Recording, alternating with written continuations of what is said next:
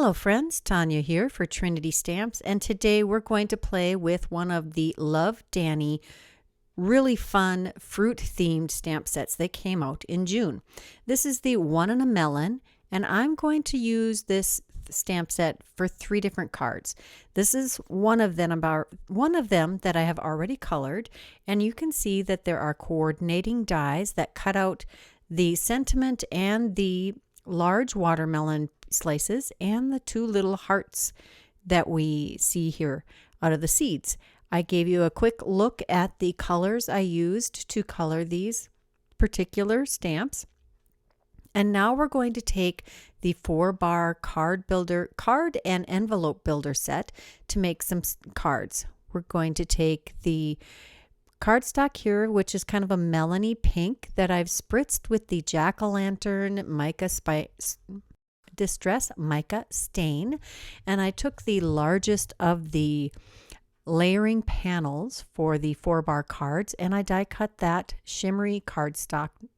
Well, the cardstock I made shimmery from that, and I'm layering it on a 4-bar card, which is 3.5 by 5 inches, which is so cool. I actually really like this size, and it works perfectly with the Love Danny series of stamps because they will all fit within the layering system for the 4-bar cards. I do love a smaller card to give as a thank you card. They are easier to carry around and have handy. We're also going to use the Simply Sentimental Thanks stamp set. Not the dies, just the stamps this time.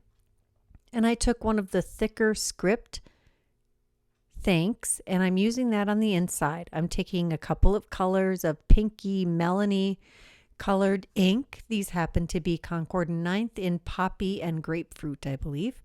And with the darker color on the bottom, I used my ink blending brush to help soften the transition between the lighter and the darker colors. Now that I have my 2-tone thanks, I am going to use the sub-sentiment so much and stamp that with VersaFine Clair Nocturne ink. So card number 1 was pretty simple. Now for card number 2, we're going to take it another step further, and we're going to die cut out our different elements of this stamp. And for the One in a Melon part, you can just trim that out after you've cut everything else out. Now, since there isn't a whole lot of paper here, I can be trusted to cut a straight line, or at least a relatively straight one. And if I can do it, you can do it. So that's how you get your 1 in for your One in a melon. We're going to take what's left of my spritzed cardstock, and we're going to use a piece of acetate from Stamp Packaging that I've trimmed down to be the same or a little bigger than this piece of cardstock. I think I'm going to have to trim it down just a little more. I think it was a scrap I had laying on my desk. We're going to just make sure that this is only about 1/2 inch to 1 inch wider on that one end than the cardstock, and I've added some double-sided tape. We'll take 3 of those sides off and adhere the acetate because we're going to make a shaker panel. I do love a good shaker panel. They are super easy and they are so much fun. So while this can seem kind of complicated, it is super easy. I do like to trim off the corners, the extra bulk in the corners, so they don't stick out behind our panel. And then I have these One in a Melon shaker bits. I love them. They are so cute. We've got 3 different colors of dot confetti, and then we have a couple of different sizes of the watermelon slices. Now the watermelon slices are not the same shade as what I have colored here, so we're going to fix that in a minute. I love the little shakerness that we get here. We're going to glue this directly to our 4-bar card base, which is 3.5 by 5. You actually start out with a 5 by 7 piece of cardstock and then score that in the middle and fold it in half. Then we have the and then I've just die cut. No, I've stamped the sentiment again, or the whole image again, and I'm using the colors that I showed you just a little bit ago. to color these in. If you want a good look at that, just go back and pause that so you can read which colors I used. And we're just going to quickly color this. I sped this way up. I do not color this fast. It probably took me about 10 minutes to color this image. And here are the pinks that I found that matched. That was an RV23 and an RV14. And we'll color in the pinks for the watermelon, and we'll also color in the letters. I like to start with the darker and then go back in with the lighter of the colors. I do really like the color change on these, or the color variation. I'm just going every other letter for the melon part of this sentiment using the two pinks that I'm going to use for this particular card. And they're really quite easy to color. You could do all kinds of fancy treatments to these. I don't know about you, but watermelon is the fruit of summer. I won't even buy watermelon unless it's in the summertime because it just doesn't taste good. Now, to make this image a little more bright, I went back and stamped over that again with my black ink. And now we're going to start adhering the pieces that we've colored and die cut directly to the acetate. Now with the acetate, since it's slippery, you want to make sure you put it exactly where you want it and don't wiggle it around too much. You're not going to want to push and rub on it like we would if we were adhering paper to paper. I'm going to take our watermelon slices and I'm going to adhere those to the inside of the card.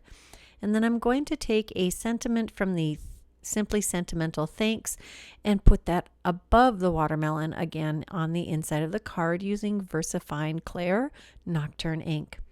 There is card number 2. Still not very difficult. Third one we're going to do, I've stamped this again with VersaFine Clair Nocturne ink, or if it's Onyx that you have, then use that. And I'm using some clear embossing ink just to make this pop a little more, because we're going to take those die cut pieces that we just glued to the acetate and we're going to adhere those over the top of our heat embossed sentiment. First, we're going to die cut them with the smallest layer from the 4-bar card and envelope builder. And now for the larger panel, I'm taking a piece of an olivey green cardstock and I'm spritzing it with some green Distress Mica spray stain. There are several colors of Distress Mica spray. I've also found that the Dilutions shimmer spray works great, and I'll try to have a color linked in I'll try to have the color linked in the video for my channel. Now we're going to start layering these up. I like to put a heavyweight block on top to make sure they adhere nice. And we're going to layer 3 layers together to give this some extra height. I wanted to have some extra dimension on this card. This one has the most steps. We've colored, we've heat embossed, now we're layering these pieces up, we've shimmered, we're doing all the things. And I've done that with each of these layers. So the only thing that is not raised is the one in a melon, and then we have this spattering of watermelon seeds laying around the raised up images.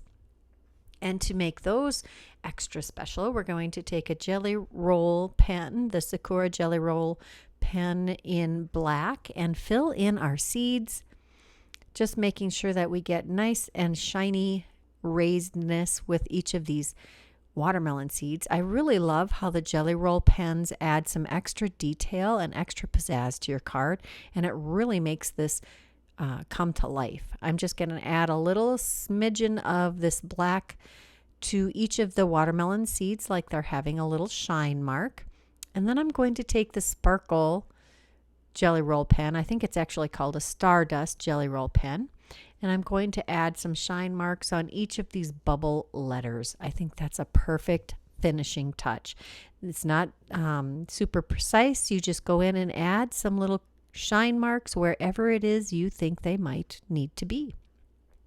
And that's card number 3. I hope you enjoyed this video. I really had fun putting it together. If you did enjoy this video, please give it a thumbs up.